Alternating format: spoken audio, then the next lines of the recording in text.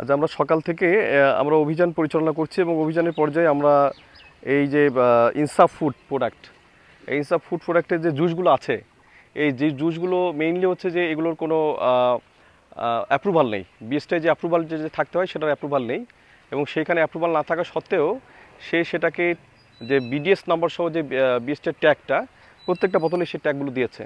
এটা ভোক্তা অধিকার আইনে মিথ্যা বিজ্ঞাপন দ্বারা ক্রেতা সাধারণকে প্রতারিত করা।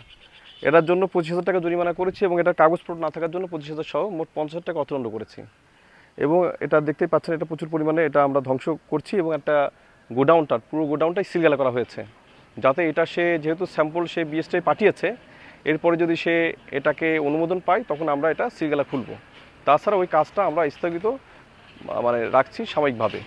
এবং আমরা এর অদূরেই আমরা পশ্চিম সাধুপাড়াতে আমরা একটা চানাচুর ফ্যাক্টরিকে আমরা অবৈধ পরিবেশে চানাচুর তৈরি করার জন্য আমরা তাকে 20,000 টাকা জরিমানা করেছি। মোট দুটো প্রতিষ্ঠানকে আমরা আজকে 70,000 টাকা জরিমানা আওতায় এনেছি এবং এদের বিরুদ্ধে যারা ভেজাল দিচ্ছে এদের বিরুদ্ধে আমরা পরবর্তীতে আরও কঠোর আইনি ব্যবস্থা গ্রহণ করব বলে প্রতিশ্রুতি করছি, আমরা ইনশিওর করছি। এবং এরকম ভেজাল বিরোধী অভিযান ভোক্তা অধিকার থেকে নিয়মিত অব্যাহত থাকবে।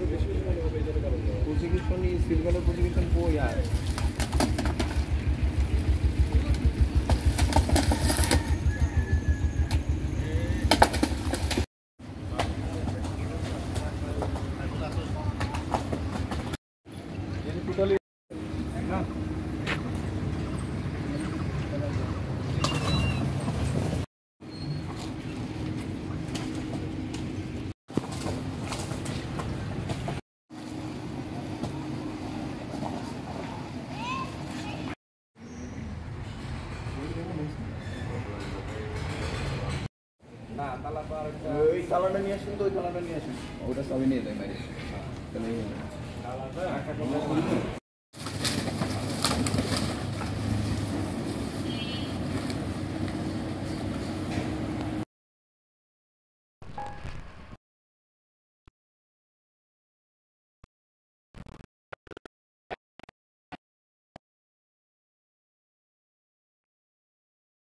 এখানে জুস আর আছে, দুটো দেখেন জুস আর ড্রিঙ্কস আছে।